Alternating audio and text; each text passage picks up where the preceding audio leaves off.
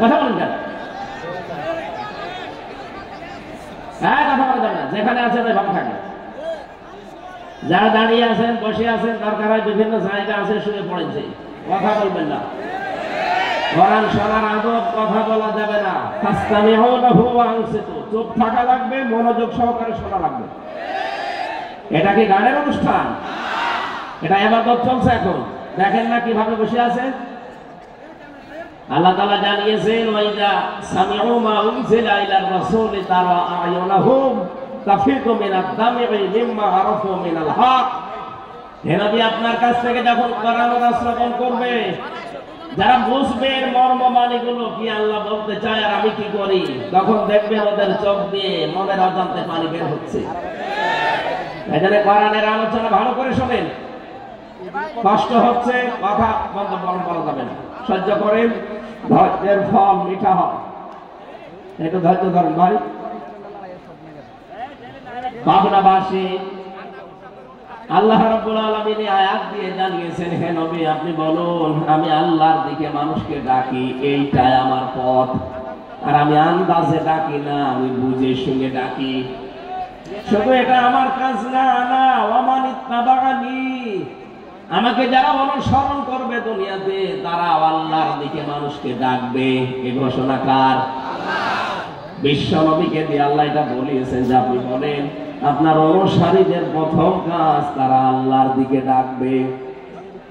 হ্যাঁ, নিশানি আল্লাহর দিকে ডাকতে গেলে কোরআনে কারীম দিয়ে আপনি ডাকবেন, দেখবেন আপনার প্রতি বিপদ আপদ মুসিবত আসতে থাকবে। ওয়ালি রাব্বিকা ফাসবির, আপনার রবের জন্য আপনি যখন ধৈর্য ধারণ করবেন, জোরে বলেন সুবহানাল্লাহ। সেই ধৈর্যটার সামনে নিয়ে আল্লাহ আমাদেরকে তিনটা বছর ফাঁসির ওই কন্ডেম সেলের ভেতরে ওই জালেমরা রেখেছিল। আল্লাহ ধৈর্য দিয়েছিলেন, কারণ 3টা বছর ওরা আমাকে যোগাযোগ করতেও দেয়নি। বাইরে কারা আছে, কারা মরে গেছে আমি তাও জানতাম না, কারণ আমার মামলা দিয়েছে একটা ঠুনকো মামলা। অথচ রাখতো আমার এই মার্ডার মামলার আসামি যেখানে থাকে ওই কন্ডেম সেলের ভেতরে। খাওয়া দাওয়া ঠিক মতো দিত না, কষ্ট এত বেশি দিয়েছে, এমনিতেই মানুষ যোগাযোগ বিচ্ছিন্ন হয়ে গেলে লোকটা পাগল হয়ে যায়। আপনারা আয়না ঘর থেকে যারা বের হয়ে আসে, বাস্তবে চেহারার দিকে তাকবেন, লোকটা কিন্তু এলোমেলো করে তাকায়। আমি বহু মানুষকে মাটির নিচে পেয়েছিলাম, যারা নিজের নাম পর্যন্ত জানে না। ও যে কয় বছর আছে ও নিজেও জানে না, এটা কোন বছর, কোন মাস, কি বার, আজকে কয়টা বাজে, এমনকি ওর নাম কি ও তাও জানে না। বছরের পর বছর একটা মানুষ এভাবে পড়ে আছে কবরের মতো জায়গায়। কবর যেরকম ঠিক ওই রকম জায়গায়, এরপরও কবরে তো আর শিকল দিয়ে বাঁধা থাকে না, কিন্তু আয়না ঘরে আমি দেখেছি শিকল দিয়ে পা বেঁধে দিতে। এ কঠিন অবস্থায় মাঝে মাঝে কারারক্ষীদেরকে যারা যেত বলতাম, ভাই কোরআন শরীফ এনে দেন। ওনারা বলতো আপনাকে আমরা বঙ্গবন্ধুর জীবনী এনে দেই। বঙ্গবন্ধুর জীবনী পড়েন কর্ম। এরপর ওরা দিত বঙ্গবন্ধুর আত্মজীবনী, বঙ্গবন্ধুর ছেলেবেলা, বঙ্গবন্ধুর চীন সফর। বাধ্য হয়ে শেষ পর্যন্ত একদিন বলেই ফেলেছিলাম যে ভাই আপনার কাজ পান না, বই নিয়ে আসতে বলে, তাফসীরের বই, কোরআনের বই, আর আপনি নিয়ে আসেন আল্লাহর ওলির জীবনী। আপনার যদি সাহস থাকে তা আপনি, আমি জেল থেকে বলছি অথবা আমি মেজর ডালিল বলছি আমার ফাঁসি চাই, এই বইগুলো একটু এনে দেন। ওই সব বই পড়তে নেই। মাঝে মাঝে আমি খবর পাঠাতাম কারারক্ষীদেরকে দিয়ে। মাজলুম জননেতা, বাংলাদেশ জামাত ইসলামের কেন্দ্রীয় ভারপ্রাপ্ত সেক্রেটারি জেনারেল ছিলেন জনাব এটিএম আজহারুল ইসলাম, উনি আমার পাশের বিল্ডিং এ ছিলেন। ওনারে বলতাম, ওনার কাছে যে বলবেন আমির হামজা বই চেয়েছে তাহলে আপনাকে বই দেবে। উনি মাঝে মাঝে অনেকগুলো বই আমাকে পাঠাতেন। বিশেষ করে কারাগারে রাখবেন জায়নাবাল গাজালের লেখা, এটা আমি প্রায় 7 বার পড়েছি 3 বছরে। এটা পড়লেই যেন আমার জীবনের কষ্টগুলো এমনি অম্লান হয়ে যেত। তারা একজন মহিলা, কি করেছে তারা ইসলামের জন্য, আর একজন পুরুষ মানুষ। আলহামদুলিল্লাহ শুকরিয়া আদায় করছি। গতকাল আমাদের মুসলিম উম্মার একজন মাজলুম বোন ডক্টর হাফেজা আফিয়া সিদ্দিকা জালেমদের কারাগার থেকে আল্লাহ তাকে কালকে মুক্তি দিয়েছে।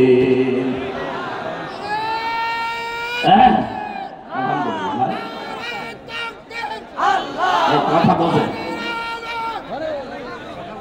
আমরা চাচ্ছি মাজলুম মানুষগুলো এই বাংলাদেশের জেল থেকে একে একে অনেকে বের হয়ে যাচ্ছে। বিশেষ করে আমি যাদের সাথে পরিচিত ছিলাম এই মানুষগুলোকে দেখলাম কিছুদিনের ভেতরে সরকার বের করে দিয়েছে মুক্ত জীবনে।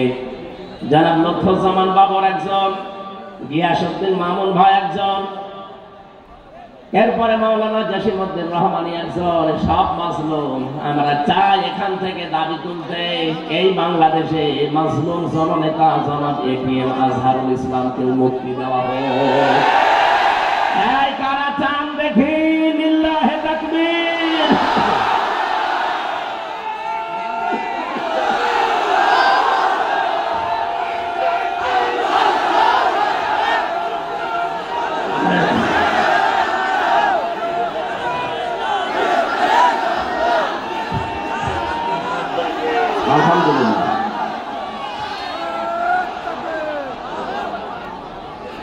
কথা বোঝা লাগবে। এ মুক্তি আমি এমনিতে চাইনি। কোরআনে কারীমের সূরা ফাতিহা 18 নম্বর আয়াতের তাফসীর আমি আজকেও পড়ছিলাম। এখানে আওয়াজ হয় বেশি, কি সমস্যা? এখানে কেউ দাঁড়িয়ে থাকবেন না ভাই, সবাই বসে পড়তে। আপনারা কি আরম্ভ করেছেন? বেয়াদবি হয়ে যাচ্ছে। আল্লাহর রাস্তে কথা বন্ধ করেন ভাই। খুব গুরুত্বপূর্ণ মেসেজ আজকে আছে, একটু একটু একটু সময় দিন। আমি এমনিতে অসুস্থ। এই একটা মাহফিলের জন্য আমার আজকে প্রায় যাওয়া আসা মিলে 2000 কিলো রান করা লাগছে। কোথায় চট্টগ্রাম বিভাগে ছিলাম, আজকে এসেছি আবার কালকে চট্টগ্রাম বিভাগে। সবগুলো তো দিনের বেলা। আপনাদের এই শুধু একটা পাবনার মানুষের যেহেতু আসতে দেয় না, এবার কে বাধা দেয় এইটার জন্য এসেছি। এবার তো কেউ মাইকও কেটে নেয় না, সামনেও দাঁড়ায় না, জালেমরা সব পালিয়েছে।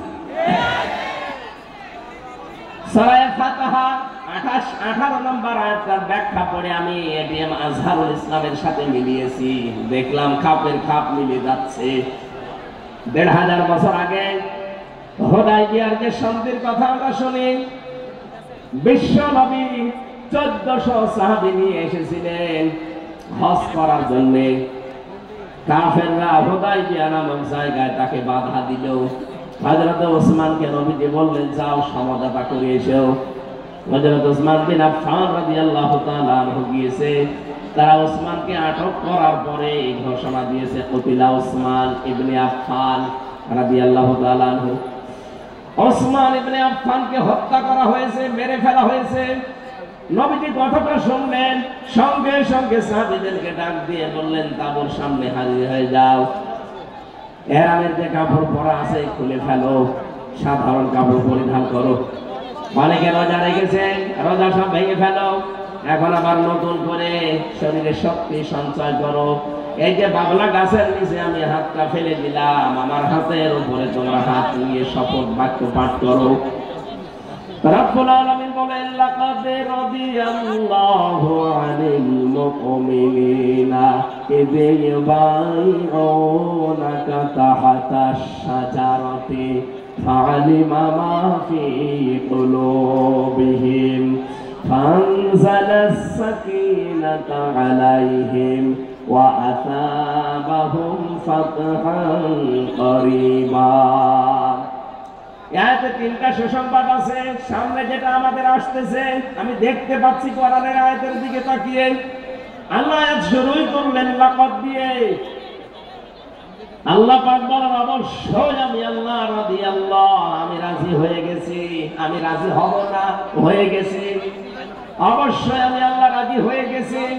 আনিল মুমিনিনা, এই মুমিনদের উপরে, তাহতাশ শাজারাতে, এই গাছের নিচে, ইয ইউবাইউনাকা, যারা আপনার হাতের উপরে হাত দিয়ে বায়াত নিচ্ছে, শপথ পাঠ করছে, সবার উপরে আমি আল্লাহ রাজি হয়ে গেছি।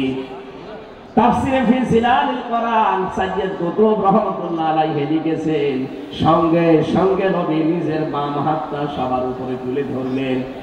সাহাবী জিজ্ঞাসা করলেন, হে নবী আপনি বাম হাত তুলে ধরলেন কেন? নবীজি বলেন, আজকে যে 1399 জন এখানে আছো, আর একজন তো নেই, ওনাকে মেরে ফেলা, হত্যা করার কথা জানিয়েছে। সুতরাং আজকের এই শপথ বাক্যে, এই অনুষ্ঠানে যত মানুষ আমরা আছি, সবার উপরে আমার আল্লাহ সন্তুষ্ট হয়ে গেছে। আমরা সবাই এখানে এসেছি, সবাই আল্লাহর সন্তুষ্টি পেয়ে গেলাম, কিন্তু উসমান এখানে নেই। উসমানের উপরও তো আল্লাহ রাজি হওয়া লাগবে। এই জন্য এই হাতটা আমি তুলে ধরলাম, এটা উসমানের হাত। তার মানে আজকের এই ময়দানে যে 1400 মানুষ আছে, একজনের উপরও আল্লাহর নারাজ নেই, প্রত্যেকের উপরে আল্লাহ খুশি হয়ে গেছে, সন্তুষ্ট হয়ে গেছে। কারণ মাত্র একটা, ওরা নিরপরাধ একটা, বিনা দোষে একটা মানুষকে ওরা হত্যা করার ঘোষণা শুধু দিয়েছিল, মেরে কিন্তু ফেলেনি, মিথ্যা ছড়িয়েছে। আল্লাহর নবী একজন মানুষকে বিনা কারণে বিনা অপরাধে মেরে ফেলবেন, এইটা তিনি মেনে নিতে পারেননি। শুধু মেনে নিতে পারেননি তা না, নিজের সাথে 1399 জন যারা ছিল সবাইকে জীবন দেওয়ার জন্য তিনি বাক্য পাঠ করাচ্ছেন, শপথ। আজ বাংলাদেশে কত মানুষ বিনা অপরাধে বিনা কারণে বিদায় হয়ে যায় জালেমদের চক্রান্তে। কথা বলে না কেন? শহীদ মাওলানা আব্দুল সাবাদ তার ভেতরে একজন। আমি আন্দাজে যে দোষী দেন না কেন, শয়তানও বিশ্বাস করে না। শহীদ আল্লামা দেলাওয়ার হোসাইন সাইদি, শহীদ মাওলানা মতিয়ার রহমান নিজামী রহমতুল্লাহ আলাইহি, যতগুলো শহীদ হয়েছে আপনি তাদের পেছনের জীবন খোঁজ খবর দিয়ে দেখবেন যে দোষে তারা দোষ দিয়েছে, একটা দোষও তাদের জীবনে ছিল না। আপনার দোষ নেই, আপনি যে গণহত্যার সাথে জড়িত, আপনার দোষ নেই। 2006 সালের 28 অক্টোবর জসিম ভাইকে আপনি পিটিয়ে মারার পরে তার লাশের উপর ড্যাল দিয়েছেন, পৃথিবী ধলে যায়নি। আমি সিরাজগঞ্জ থেকে একবার আসছিলাম, তখন বাসে আসতাম, 7 সাল, তখন ছোটখাটো ওয়াজগুলো আমাকে নিয়ে মানুষ করাতো। তখন আর গাড়ি নিয়ে যাওয়া দূরের কথা, বাসে গেলে টাকা দিত না। 300 টাকা দিয়েছে কুষ্টিয়া থেকে সেই সিরাজগঞ্জ, যাওয়া আসা ভাড়াই লেগে যায় 220 টাকা। ওই সময় বাসে এসে শেষ করে ড্রাইভারের পেছনে বসে আছি, দেখলাম গাড়ি চলতে চলতে হঠাৎ বাম দিয়ে চালিয়ে দিল। ড্রাইভারকে বললাম, আপনি এমন করলেন? হুজুর দেখেন না একটা মরা কুকুর পড়ে আছে, আমি ডবল করে ওর গার উপরে চাকা চালিয়ে দেবো, আমার বিবেক নেই। আমি বললাম, আরে ভাই ওটা তো মরা কুকুর, তো মরে গেছে, ওকে মারলে কি আর না মারলে কি? ড্রাইভার আমার দিকে তাকিয়ে বলছে, হুজুর আপনি কি আসলে হুজুর নাকি ভয় করেছেন? আমি কেমন হুজুর? আপনি দেখেন যে একটা মরা কুকুর পড়ে আছে, আমি ডবল করে গাড়ি চালাবো, আমার বিবেক কি মরে গেছে? হ্যাঁ, এইটা শোনার জন্য আমি ছিলাম। আপনার নাম কি? বলছে সুব্রত। তোমার নাম শুনে বুঝলাম ওর ইমান নেই, কিন্তু বিবেক আছে। হ্যাঁ, কথা বলে না কেন? ইমান নেই, কি আছে? বিবেকের দ্বারা নাই, সে মরা জীবিত যদিও নিকৃষ্ট, তারপরে ডবল করে মারল না, গাড়ি বাম দিয়ে চালালো, তারপর ডাইরেক্ট দেয়নি, বিবেকে বাধা দিয়েছে। আর আপনি মানুষ, আপনি একজন হাজী সাহেবা, কিসের ইমান আপনার? আপনার ইমানও নেই, বিবেকও নেই। জীবিত মানুষের একটা লাঠি বৈঠা দিয়ে আপনি লঘি বৈঠা দিয়ে পিটিয়ে মেরে ফেলার পরও যদি ছেড়ে দিতেন না, লাশের উপরে ড্যান্স দিলেন। আমার বিবেক কিছুই নেই, বিবেকের উপরে কুকুরে প্রসাব করেছে, বলেন নাউজুবিল্লাহ। এই জন্য আমরা এই বাংলার 18 কোটি মানুষ এখন চাই 2006 28 অক্টোবর থেকে শুরু করে 24 সালের 5 অক্টোবর পর্যন্ত যত মানুষ হত্যা হয়েছে প্রতিটি হত্যার বিচার করা লাগবে। কেন? ওরা একজন মানুষকে হত্যার কথা জানিয়েছে, এজন্য যদি নবী 1399 জন রেডি করিয়ে শুরু রেডি করেননি, ফরজ 2টা বিধান লঙ্ঘন করেছেন, একটা হজ আর একটা রোজা বলে পরে করে নেব, আগে হত্যার বিচার না করে কোনদিন আর মদিনায় ফেরত যাব না। ওরা এই ঘোষণা শোনার পরে হযরত ওসমানকে ছেড়ে দিয়েছে। আমার তো মনে হচ্ছে আজকের এই বিশ্বে 210 কোটি মুসলমান আমরা তামাম দুনিয়ায়, কত 57টা মুসলিম রাষ্ট্র, এতগুলো মুসলিম রাষ্ট্র থেকে যদি একবারে এই মুসলিম লোকটার পক্ষে আমরা আওয়াজ তুলতে পারি যে না, বিনা অপরাধে কাউকে আমরা মেরে ফেলতে দেব না, আর কতদিন রাখবেন আপনি এভাবে কষ্ট দিয়ে? আমার মনে হয় আমরা যদি শপথ বাক্য পাঠ করতে পারি, ওই 1399 জনের উপরে আল্লাহ যেমন রাজি হয়ে গিয়েছিলেন, আমাদের উপরও আল্লাহ রাজি হয়ে যাবে। কিন্তু পরে তিনটা কথা আছে,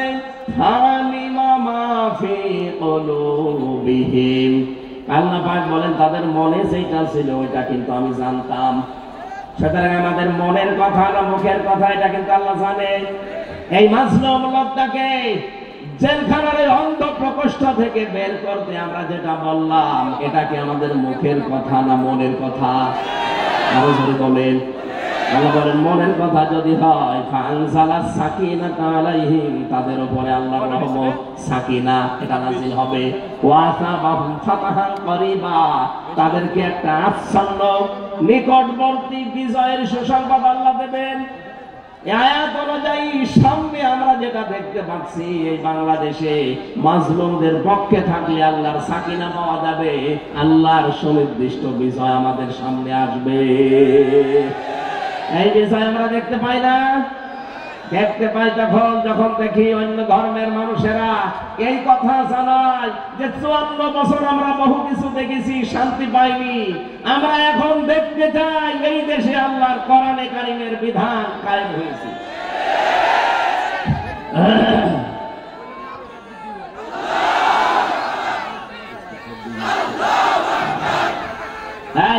একটু আমাদের অভিভাবক জেলার শ্রদ্ধাভাজন এসপি সাহেব এসেছেন, উনি আপনাদেরকে সালাম দেবেন।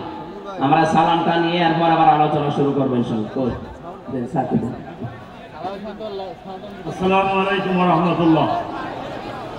সম্মানিত পাবনাবাসী, 2 দিনব্যাপী দারুল আমান ট্রাস্টের ঐতিহাসিক তাফসীর কোরআন মাহফিল গতকালকেও সুন্দর সুষ্ঠুভাবে হয়েছে। আজকে সকালের মহিলা মাহফিলে লক্ষ লক্ষ মা বোন উপস্থিত হয়েছিলেন, আপনারা সেখানে সহযোগিতা করেছেন। আজকের এই 2 দিনব্যাপী তাফসীর কোরআন মাহফিলে ইতিমধ্যেই পাবনা জেলার সুযোগ্য জেলা প্রশাসক মফিজুল ইসলাম সাহেব বক্তব্য পেশ করেছেন। এডিসি রেভিনিউ সাহেব জাহাঙ্গীর সাহেব এসেছিলেন। সকালের অধিবেশনে উপজেলা নির্বাহী অফিসার নাহারুল ইসলাম সাহেব এসেছিলেন। সদর থানার ভারপ্রাপ্ত কর্মকর্তা এসে বক্তব্য দিয়েছেন। ইতিমধ্যেই আমাদের মাঝে মঞ্চে উপস্থিত দেখছেন পাবনা জেলার পুলিশের বড় কর্মকর্তা, পাবনা জেলার সুযোগ্য পুলিশ সুপার জনাব মর্তুজা আলী খান আসন গ্রহণ করেছেন। দারুল আমান ট্রাস্টের তাফসীর মাহফিলের পক্ষ থেকে আমরা পাবনার পুলিশের বড় কর্মকর্তা এসপি সাহেবকে ধন্যবাদ জ্ঞাপন করছি। আল্লাহ তাআলার এই খাস মেহেরবানি, গত বছর এই দিনে আমির হামজা সাহেবের তাফসীর মাহফিল ছিল, তৎকালীন এসপি সাহেব এই তাফসীর মাহফিল বন্ধ করেছিলেন। আর আজকে 1 বছরের ব্যবধানে 21 জানুয়ারি 2025 তাফসীর মাহফিলে এসপি সাহেব প্রথম থেকেই তার পুলিশ দিয়ে, মহিলা পুরুষ সহ সবাইকে দিয়ে এবং গোয়েন্দা সংস্থা দিয়ে আমাদেরকে সহযোগিতা করেছেন। আমরা পাবনার এই পুলিশ সুপারকে ধন্যবাদ জ্ঞাপন করছি। সম্মানিত উপস্থিতি, আমরা আপনাদের বিঘ্নয় ঘটাবো না। পুলিশ সুপার মহোদয় 2-1 মিনিট আপনাদের সামনে সালাম বিনিময় করবেন। এখন আমাদের সামনে বক্তব্য পেশ করছেন পাবনা জেলার সুযোগ্য পুলিশ সুপার জনাব মর্তুজা আলী খান।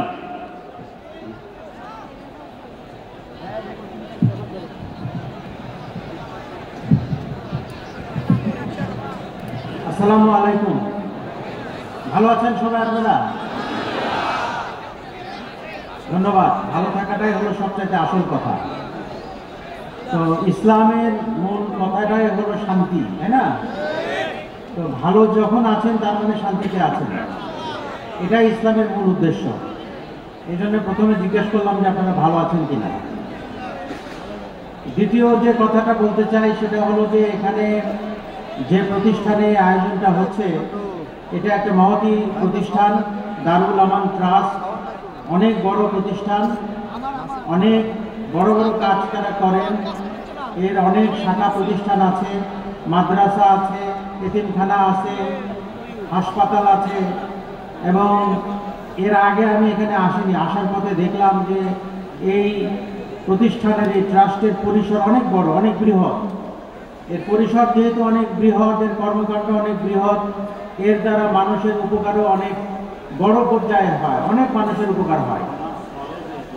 কলেজ আছে, এতিমখানা আছে, অনেক প্রতিষ্ঠান আছে, 7-8টা প্রতিষ্ঠান আছে। তারা গুরুত্বপূর্ণ সেবা দিয়ে থাকে বিভিন্ন পর্যায়ের মানুষের, এবং তারই কল্যাণে আপনারা এখানে এসেছেন। সেই সেবা আপনারা সবাই এই প্রতিষ্ঠানের স্টেক হোল্ডার, সুবিধাভোগী এবং ভক্ত, এই কারণেই এখানে এসেছেন। আমি এই প্রতিষ্ঠানের উত্তরোত্তর সাফল্য কামনা করি। দীর্ঘদিন ধরে তারা পাবনা সহ আশেপাশের জেলার বহু মানুষের সেবা করে যাচ্ছে এই প্রতিষ্ঠানের মাধ্যমে। এই প্রতিষ্ঠান যাতে ভবিষ্যতেও তাদের সেবা কর্ম চালিয়ে যেতে পারে নির্বিঘ্নভাবে এবং উত্তরোত্তর সাফল্য সম্পাদিত করতে পারে, সেই দোয়া করি এবং শুভকামনা করি। এর সাথে আমি আরেকটা কথা একটু যোগ করতে চাই, সেটা হলো যে ইসলাম শান্তির ধর্ম। ইসলাম শান্তির ধর্ম এবং ইসলামের পথ এবং ইসলামের নির্দেশনা সুনির্দিষ্ট। ইসলামের নির্দেশনা সুনির্দিষ্ট, কোরআন এবং হাদিসের মধ্যে সুন্দরভাবে বর্ণনা করা আছে যে আমাদের কি করণীয়, আমরা কি করব কি করব না, আমাদের দিক নির্দেশনা, আমাদের গাইডলাইন দেয়া আছে। কিন্তু সমস্যা হয়েছে যে এরপরে নানান ধরনের মতবাদ তৈরি হয়েছে, নানান ধরনের ডিভাইডেশন তৈরি হয়েছে, এবং এই ধরনের ডিভাইডেশন আমাদের মধ্যে আমাদের শান্তি নষ্ট করে। বিভিন্ন ধরনের বিভাজন, বিভিন্ন মতবাদ আমাদের শান্তি বিনষ্ট করে। আমাদের ধর্মের যে মূল কথা শান্তি, সেই শান্তি বিনষ্ট হয়। বিভিন্ন ধরনের ডিভাইডেশন, বিভাজনে যুদ্ধ, বিগ্রহ, খুন খারাপই হয়। এই পাবনার কথাই বলি, এই যে আজকে যে মাহফিল হচ্ছে, এই মাহফিলের সূত্র ধরে বলি, এই মাহফিলটা অনেক বড় মাহফিল হচ্ছে।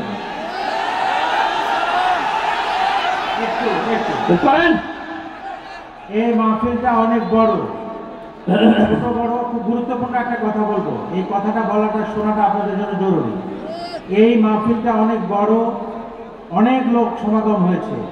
পাবনা জেলায় সহ উত্তরবঙ্গে বা বাংলাদেশের সব জায়গাতেই শীতের মধ্যে এই ধরনের মাহফিলের আয়োজন হয় কি না? তো এই যে মাহফিল হয়, ওয়াজ হয়, ওরস হয়, বিভিন্ন নামে হয়, বিভিন্ন জায়গায় হয়। এইসব জায়গায় আপনারা ইসলামের শান্তির বাণী শুনতে আসেন। ইসলামের দাওয়াত দেওয়ার কথা বলা আছে, দাওয়াত দিবে, ইসলামের কথা বলবে, আপনারা শুনবেন। কিন্তু এই শুনতে এসে আপনারা মারামারি কাটাকাটি করেন, খুনোখুনি পর্যন্ত হয়। পাবনা জেলাতে এই শীতে আমি আসার পরে, আমি সেপ্টেম্বর মাসে যোগদান করেছি, নভেম্বর ডিসেম্বর মাসের মধ্যে আপনার 3টা খুন হয়েছে। এই ওরস, জলসা, মাহফিল, যে নামেই আমরা এটা ডাকি না কেন, 3টা খুনের ঘটনা ঘটেছে। সাথিয়াতে একটা খুনের ঘটনা ঘটেছে এবং আপনার পাবনা সদরে 2টা খুনের ঘটনা ঘটেছে। এই আপনাদের মতো ধর্মপ্রাণ মুসল্লিদের মধ্যেই এই মাহফিলকে আশাকে কেন্দ্র করে, বা স্বেচ্ছাসেবক ডিউটি করাকে কেন্দ্র করে, বা দোকানপাট বসাকে নিয়ে কেন্দ্র করে 3টা খুনের ঘটনা ঘটেছে এবং মারামারি কাটাকাটির ঘটনা ঘটেছে। এটা ইসলামের মূল আদর্শ না। আপনারা ইসলামের মূল আদর্শ থেকে বিচ্যুত হবেন না। আপনারা শান্তিতে থাকবেন, আইনের প্রতি শ্রদ্ধাশীল হবেন, তাহলে এই মাহফিলের উদ্দেশ্য সফল হবে। এই কথা বলে আমি আমার বক্তব্য শেষ করছি। ধন্যবাদ।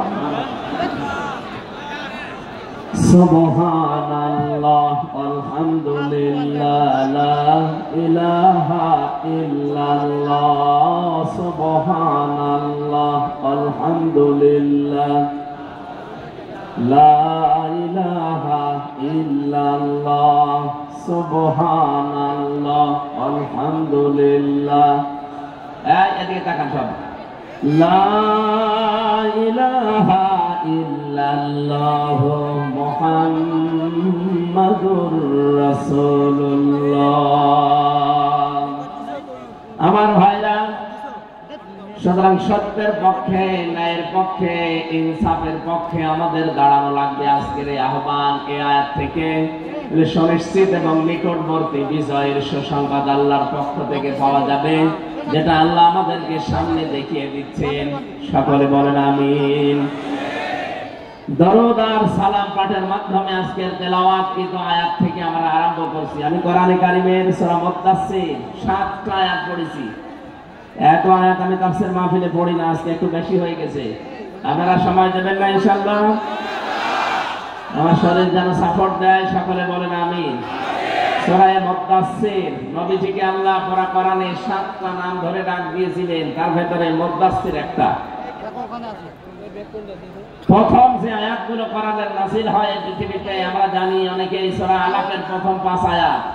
তো অনেক তাফসীরকারক লিখেছে না, প্রথম আয়াত নাযিল হওয়া কোরআনে কারীমের এই সূরা মুদ্দাসসিরের প্রথমে এই 7টা আয়াত।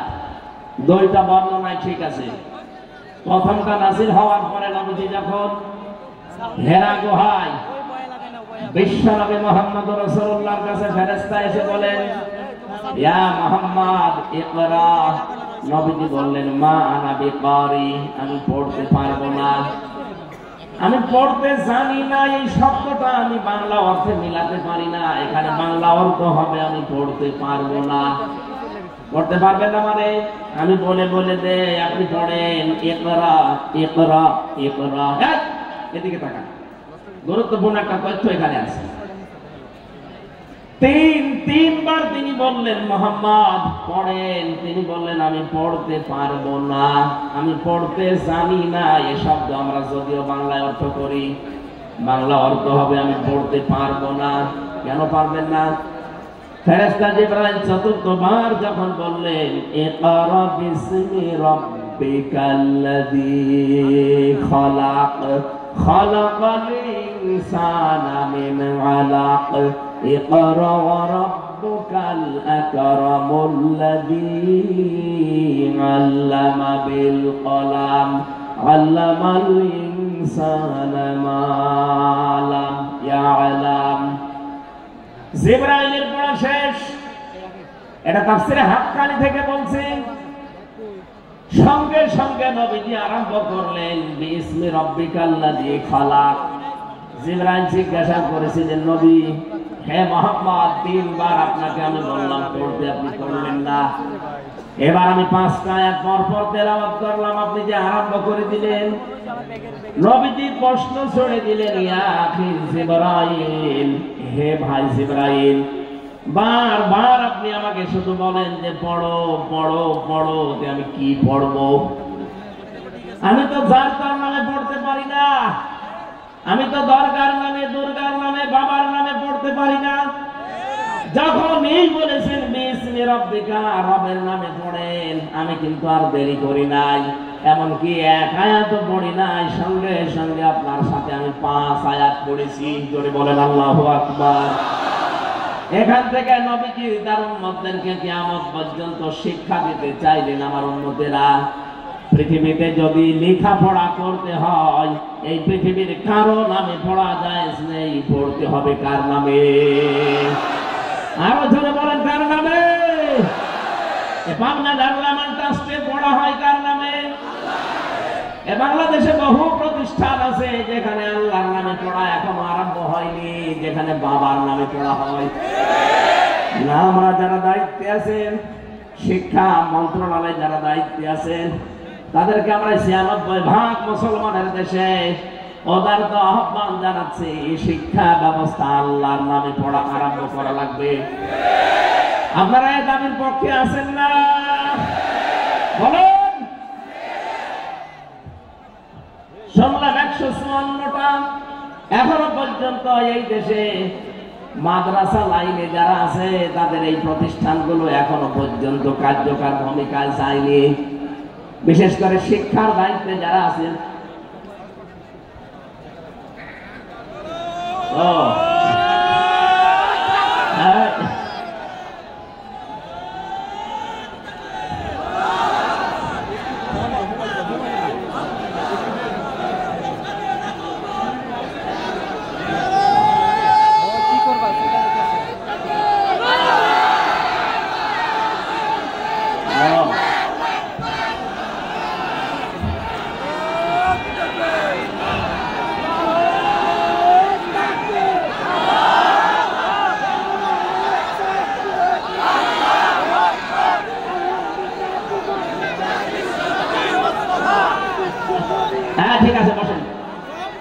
আমাদের জামাত ইসলামীর সেক্রেটারি জেনারেল এবং সহকারী সেক্রেটারি জেনারেল দুইজনই এসেছে আমাদের মাঝে, আমরা ওয়েলকাম জানাচ্ছি।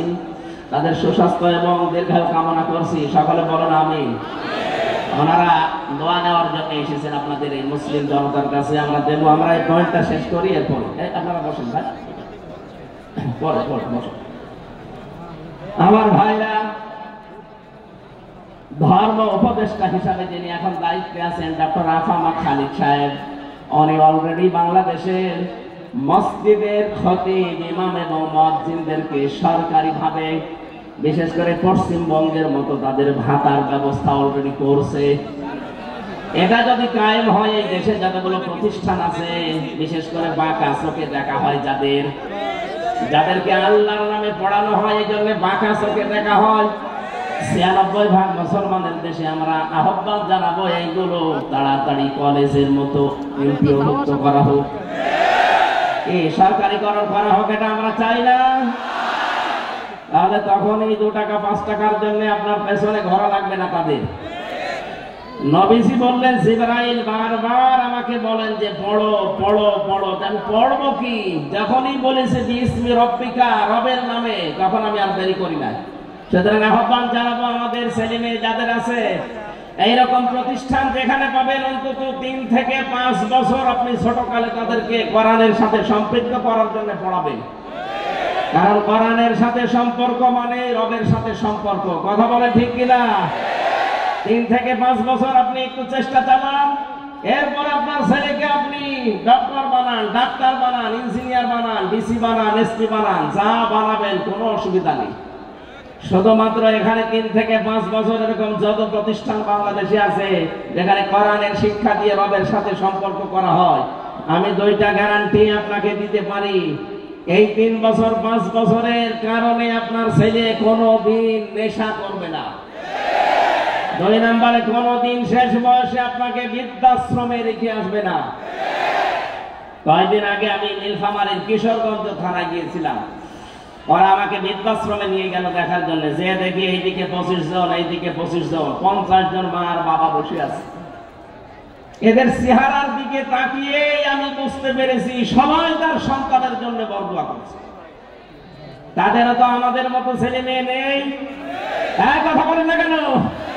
আমি 2 জনের সাথে কথা বলেছিলাম, একজনের ছেলে ডিসি আর একজনের ছেলে আমেরিকায় থাকে, অথচ মা আর বাবা 2 জন বৃদ্ধাশ্রমে, চোখের ভেতরে ছলছল করছে পানি। আপনি আজ পর্যন্ত শুনেছেন যে কোরআন জানে, হাদিস জানে, আলেম না, শুধু কোরআনের জ্ঞান আছে, আল্লাহ সম্পর্কে জ্ঞান রাখে, এরকম মানুষ তার মা বাবাকে বৃদ্ধাশ্রমে রেখে দিয়েছে? যদি কোনো জায়গায় রেখে দেয়ও, এর পেছনে একটা কারণ আছে। আমি যতটুকু খোঁজ নিয়েছি, যদি এরকম কিছু পায়ও, আপনি দেখবেন হয় তার স্ত্রীর কারণে, শ্বশুর শাশুড়ির কারণে মা বাবাকে হয় আলাদা করে দেয়, তাই বৃদ্ধাশ্রমে রেখে দেয়। আল্লাহর সাথে, রবের সাথে পরিচয় থাকার পরও অনেক সন্তান পারে না, কারণ স্ত্রীর মন রক্ষা আর শ্বশুর শাশুড়ির দিকে তাকাতে গিয়ে নিজের মা বাবাকে ছেড়ে দেয়। কথা বলেন না কেন? আমার এই চোখের দেখা, মাত্র 7 বছর বয়স, এখনো পর্যন্ত আলিফ বা তাসা খুব বেশি ভালো করে পারে না, কয়েকদিন ভর্তি হয়েছে মাত্র। ওস্তাদ দেখলাম বৃষ্টির ভেতরে এসে অজু করবে, ছাত্র পাড়ে পানি ঢেলে দিচ্ছে, কাদা লেগেছিল কাদা ছড়িয়ে দিচ্ছে, মাত্র 7 বছর। আমি এই চোখেও দেখেছি। বিশ্ববিদ্যালয়ে ক্লাস চলছে, আমি তখন জাহাঙ্গীরনগরে ছিলাম, মাস্টার্সে ক্লাস চলছে, শিক্ষককে জুতা দিয়ে পিটাচ্ছে ছাত্র। বলছে বাংলাটা বলতে পারলাম না, তোরে আমি মেরেই ফেলবো। শিক্ষক বলছে, বাবা তুই আমার ছেড়ে দে, আমি জীবনে আর ক্লাসে আসবো না। বলে না, তাহলে আমি বলেছিলাম যে ওই শিক্ষা দিতে দিলি না, তোরে আমি মেরেই ফেলবো। ওইটাও ছাত্র, এটাও ছাত্র, ওইটা অলরেডি মাস্টার্সে পড়ছে, জানোয়ার হয়ে গেছে, আর এটা এখনো আলিফ বা শেষ হয়নি, এটা মানুষের মতো মানুষ হচ্ছে। কথা বলে না কেন? এই জন্য আহ্বান জানাচ্ছি, রবের নামে পড়া আরম্ভ করা লাগবে। রবের সাথে আমাদের পড়ার পরিচয় নেই, এই জন্য আমরা অনেক জায়গায় যাওয়ার পরেও দেখি না কাঙ্ক্ষিত মানের মানুষ আমরা হতে পারছি না। এই জন্য ইন্নাল্লাযীনা আমানু ওয়া আমিলুস সালিহাত সারা জীবনে আয়াতের ব্যাখ্যা শুনিয়েছে, যারা ঈমান আনে আর নেক আমল করে না। সালেহ শব্দের শাব্দিক অর্থ শুধু নেক নয়, শুধু সৎ নয়, সালেহ মানে যোগ্য। সালেহ মানে কি? আমরা যারা বলি আল্লাহর আইন চাই, সৎ লোকের শাসন চাই, সৎ হওয়া লাগবে এবং লোকটাকে যোগ্য হওয়া লাগবে। বহু মানুষ আমরা সৎ দেখেছি এই দেশে, দেখতে তো ভালোই লাগতো, মনে হতো যে আসমান থেকে পালিয়ে এসেছে দরবেশ, কিন্তু এত বড় অসৎ মানুষ বাংলাদেশে আর নেই। কথা বলে না কেন? আমি নিজে দেখেছি, আমার মাথায় যখন দড়ি দিয়ে কোর্টের বারান্দা নিয়ে দিয়ে যাচ্ছিল, এই দরবেশ বাবা আমার সামনে ছিল। উনি ম্যাজিস্ট্রেটের কক্ষে প্রবেশ করলো, করে কি যেন বলে আসলো, আসার পরে আমারে দেখে উনি হাসি দিল। হাসি দেওয়ার পরে এটা জানিয়ে চোখ টিপ দিয়ে এইটাই জানাতে চেয়েছে যে দেখেন কেমন লাগে। আজ যখন দরবেশকে এই দাড়ি কাটা অবস্থায় নিয়ে যায়, আমারও মাঝে মাঝে মনে হয় ওনার ওই কথাটা, দেখ কেমন লাগে। যদিও এটা আমি মন থেকে বলি না, বিপদে পড়লে আসলে উপহাস করা ঠিক না, কিন্তু ওনারা যা করেছে আল্লাহ মনে হচ্ছে উল্টিয়ে ওইটা ওনাদের উপরে ফেলেছে।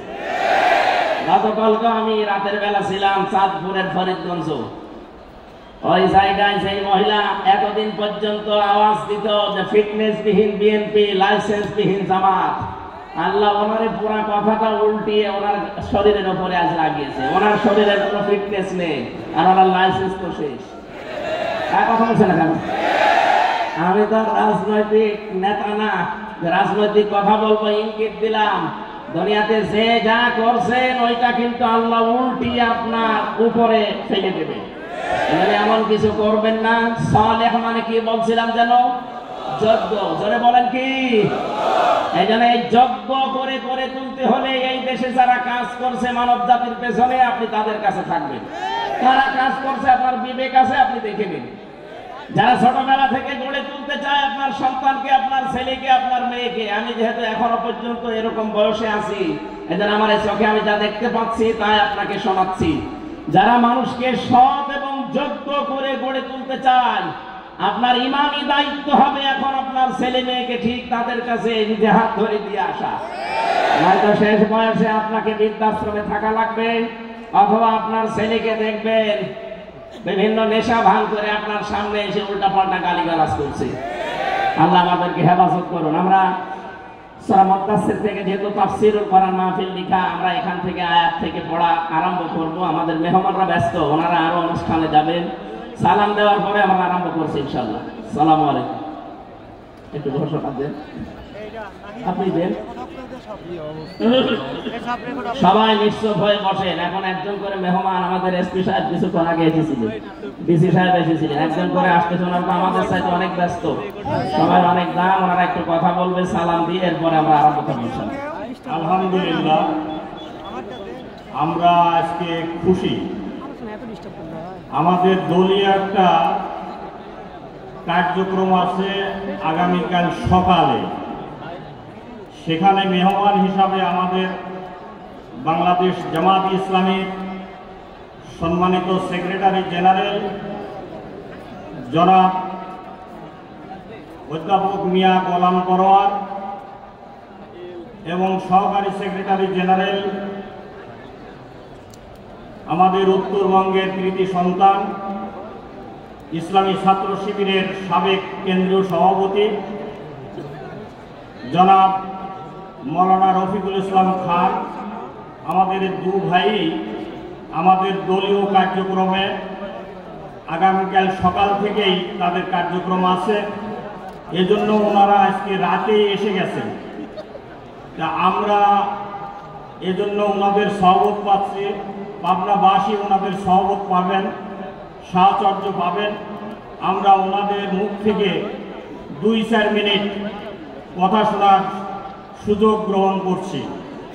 এ পর্যায়ে বক্তব্য রাখছেন বাংলাদেশ জামাত ইসলামী সহকারী সেক্রেটারি জেনারেল, উত্তরবঙ্গের কৃতি সন্তান, আমাদের উল্লাপাড়ার কৃতি সন্তান, মাটিয়ার মানুষের একান্ত ভাজন আপনজন, আমাদের ভাই জনাব মৌলানা রফিকুল ইসলাম খান। এ পর্যায়ে বক্তব্য রাখছেন জনাব মৌলানা রফিকুল ইসলাম খান।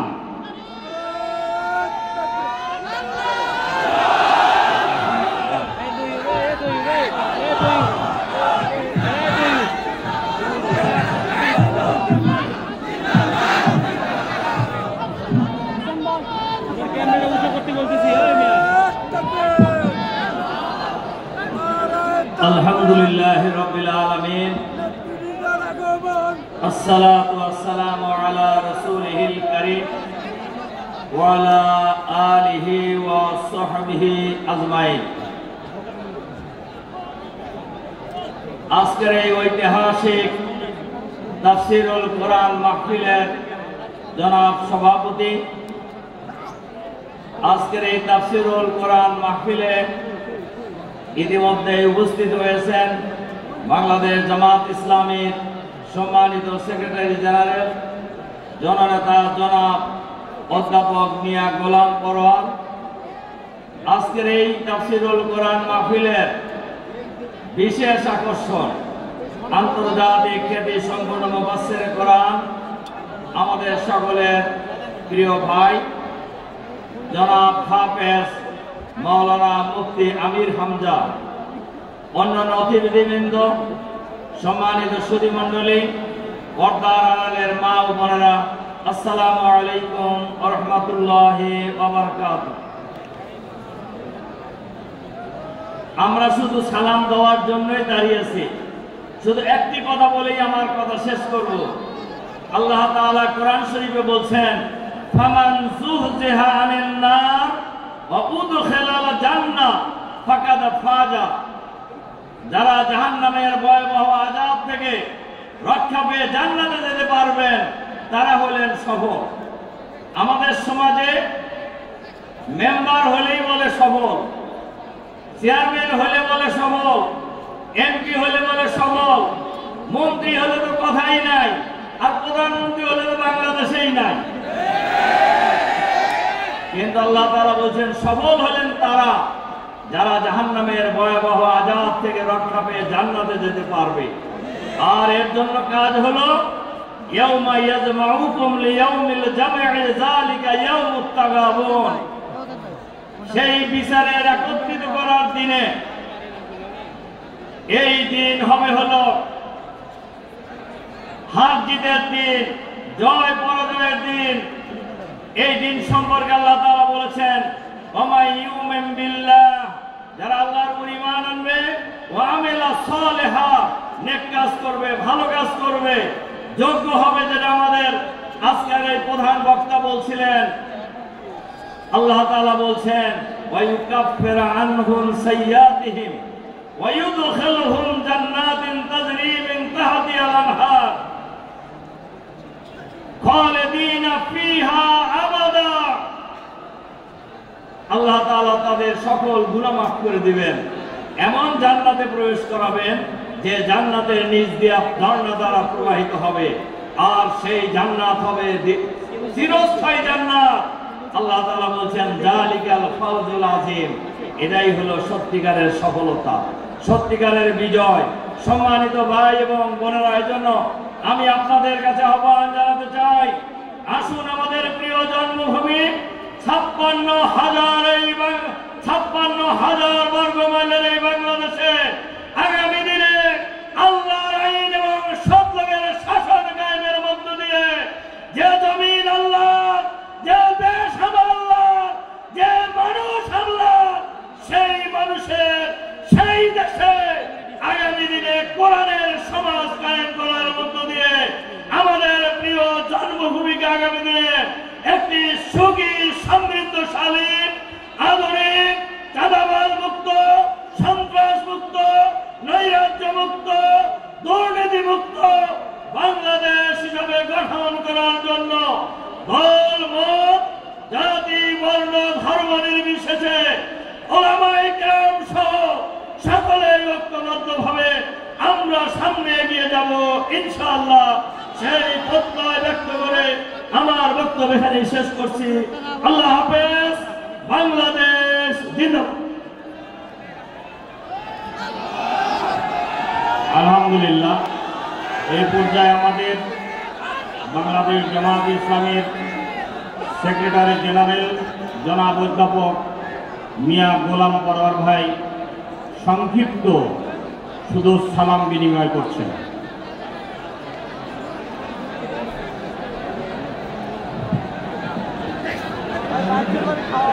আসসালামু আলাইকুম ওয়া রাহমাতুল্লাহি ওয়া বারাকাতুহু। আলহামদুলিল্লাহি রাব্বিল আলামিন, الصلاة والسلام على سيد المرسلين